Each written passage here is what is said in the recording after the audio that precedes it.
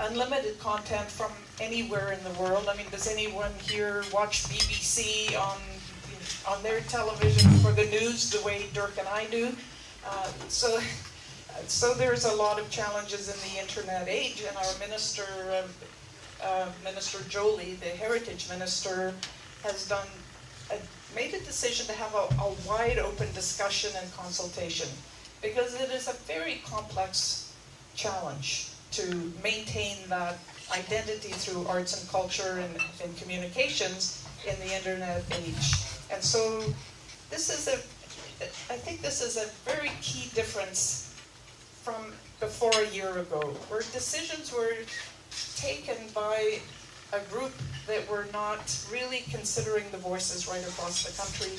And then sometimes those decisions were good, and sometimes they were contested, and they were felt not to represent the voices of Canadians. So Minister Jolie is really reaching out to have your voices heard, and so we have a sheet of paper that after this session today, feel free to send your thoughts about Canadian content, the CRTC, the issues that you care about around Canadian identity and content directly into that consultation that Minister Jolie is doing. Now we have a speaker who knows a lot more about this than I do. So I'm not going to say anything more, but I'm going to introduce Prem Gill, who's the CEO of Creative BC, which is a non-profit society responsible for sustaining and growing BC's creative industries, including the development of Indigenous content and intellectual property. So Prem brings over 20 years of experience in the industry with a diverse background in film and television, broadcasting, communications, media, and digital technology. She's also Vice President of the Board of Directors for the National Screen Institute, advisor to Women in View, a former board director for the Vancouver International Film Festival. Okay, she gets my vote right there. And she's also she's a critical thinker and a powerhouse. So I'm so pleased that Prem has come here to chat with us about Canadian content in a digital age. Thanks.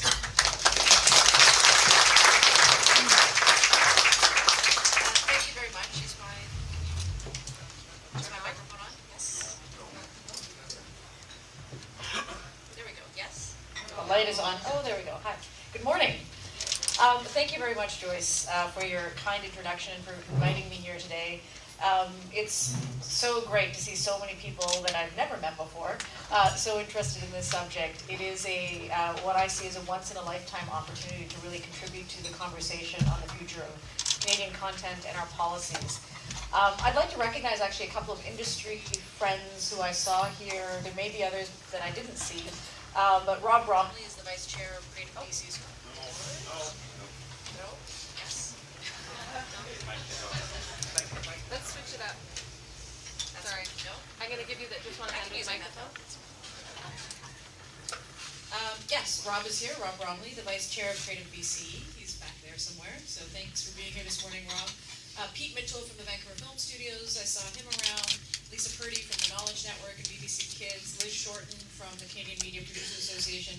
Dennis Heaton, one of our local screenwriters, is here as well. And I hope that they will, at the end of my remarks, really engage in the discussion as well. So as it's also my anniversary at Creative BC. I've been there for a year, and prior to that I was at TELUS for the last 8 years. And it's been quite a year for me as well. I think I started about a month before the new government, and it's very interesting coming in and trying to transform how an organization not only functions, but what our role is here. I should also note that we're actually funded by the province of BC, and how their support is critical to growing the creative industries. And certainly, as a funder to us, they're extremely valuable. We also do get some support from the federal government through Western diversification that all goes directly to export marketing programs for the creative industries. While I wasn't a tree planter, I did work at the Burnaby Public Library all through high school and university. So content has always been a big part of my life. So I'm gonna dive right into my little talk. It's about 10 minutes, and then I really do wanna have more of a dynamic discussion. It's really important from my perspective that British Columbia voices play a critical role, as Joyce mentioned, in this consultation. We want to make sure that our organizational, individual agendas and perspectives are on the table and heard through this consultation process. And many of the folks I mentioned already participated in the public consultation that Minister Jolie had a few weeks ago here in Vancouver. So from books and magazines to film, TV, music, and even games, which is the newest part of the gang, there is no question that we are currently experiencing dramatic disruption on many fronts. In the way we create content, the way we distribute it to consumers, how these consumers are consuming our content, where they are accessing it, and how we are aiming to monetize it. We all agree that there have been seismic shifts in consumer behavior, and the technologies they are using to consume what we produce, and the technologies they are using to consume what we produce. And we're not seeing that rate of change slowing down. As mentioned, in film and TV, we see our over-the-top providers like Netflix and Hulu. In music, we see Spotify, iTunes, YouTube, and Google Play. Ebook subscription services include Scribd and Tidal and Oyster. And magazines can be consumed on services like Texture, which is run by Rogers Magazine Services, and now Rogers, where there are now only going to be print versions of magazines like Flair, digital versions of magazines like Flair, Money Sense, Canadian Business. They'll only be available online next year. And also Maclean's, a weekly staple since the 1970s, will go to a monthly print schedule, while Chatelaine will print bi-monthly. Even the newcomers in the gaming industry are seeing dramatically increased engagement in pocket gaming, otherwise known as portable or mobile gaming side of things, for iPhone, iPad, Android, Windows, iPhone, and iPod Touch, which has grown its consumer audience and competes with console gaming, and now there's virtual reality. So if we look at the context of these shifts, we can see many factors that might seem to be against us. These are at play well beyond the technological changes I've mentioned. One, there are fewer players within all of these creative media sectors through consolidation in the marketplace. Two, government funding has changed in these industries over the last 10 years. Number three, we live next door to the beast, which can be a mixed blessing these days. Four, more platforms equals more democratic equals more choice, and this means more marketing investment, a lot more, is required to get noticed. And perhaps most importantly, consumers are in the driver's seat.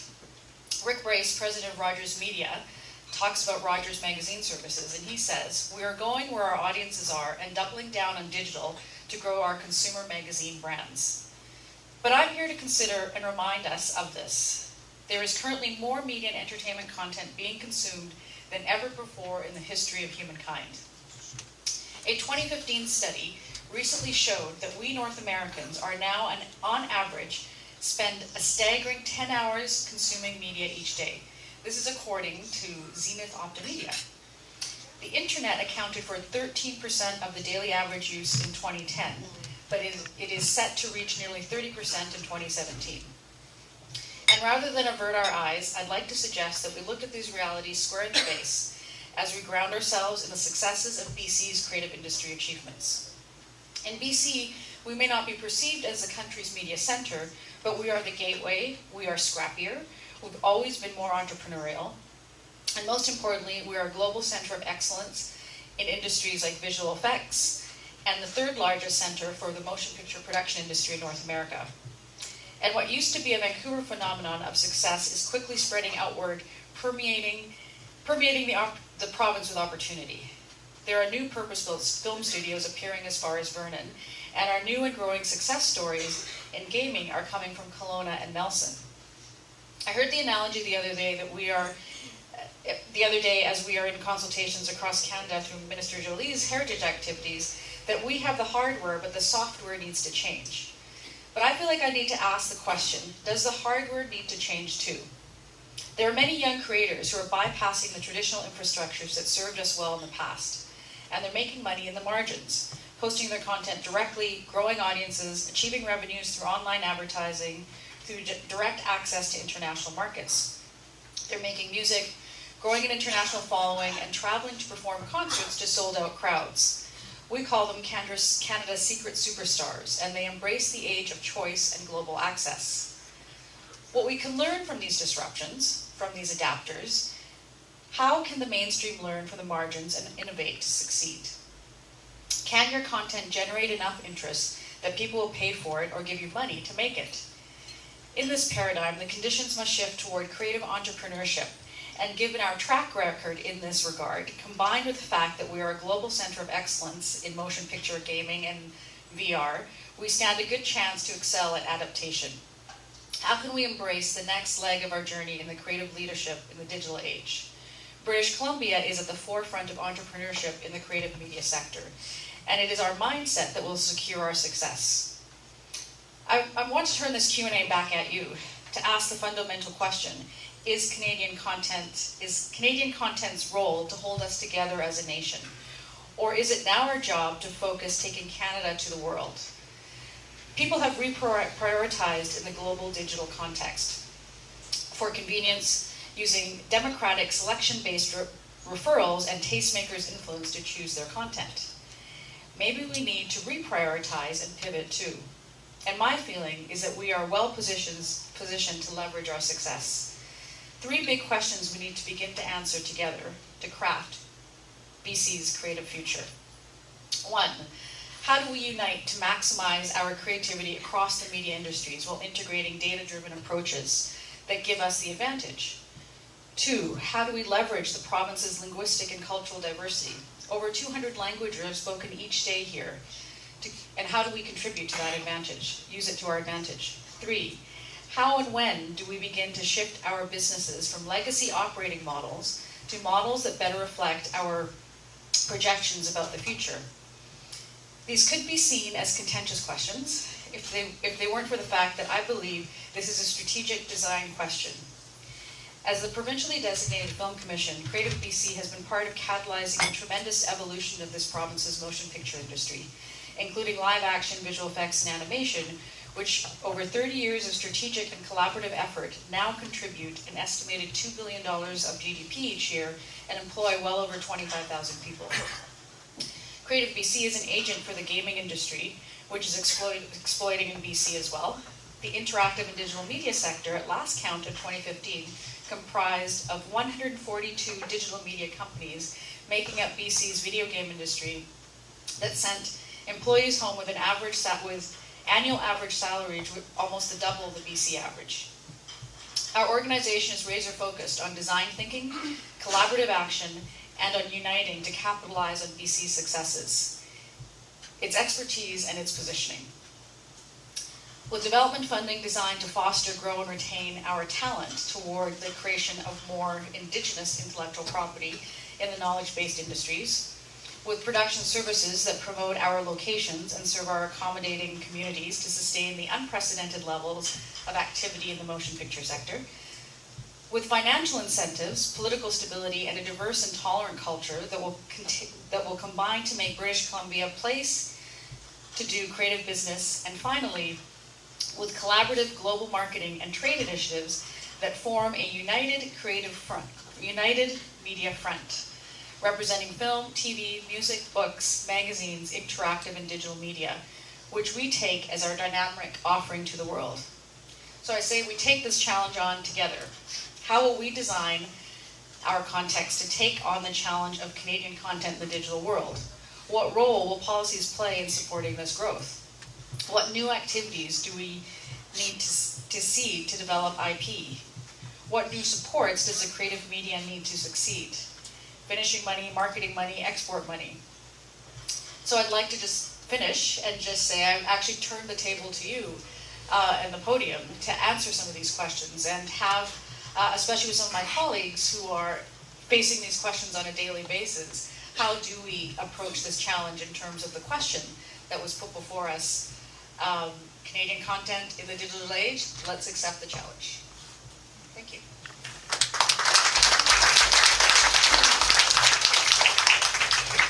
So yes, I'm happy to answer questions, opinions, all of that stuff. So I think there's a microphone. Over here.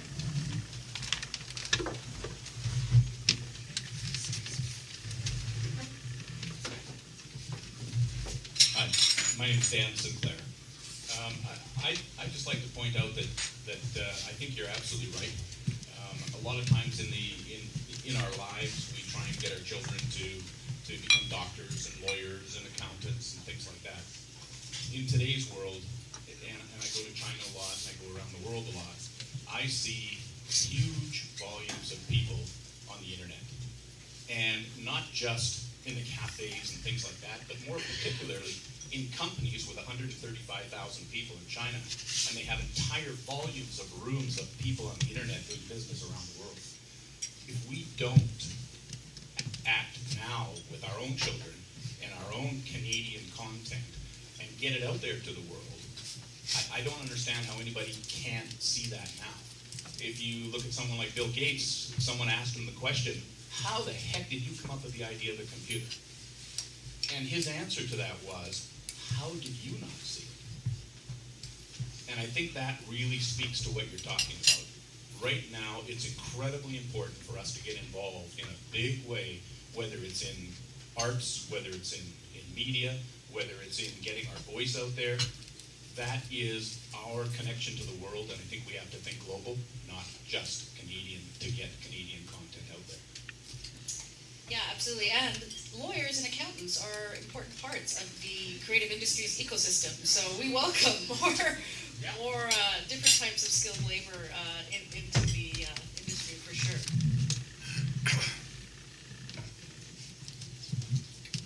Yeah,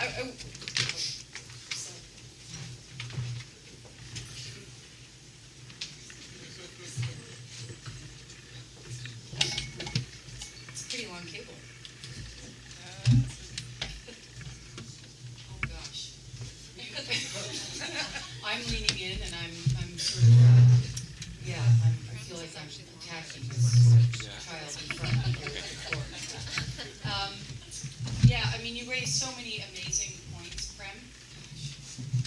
Yeah. Maybe I can just project. Sure. Can people? No? Okay. I'm a screenwriter here in Vancouver, and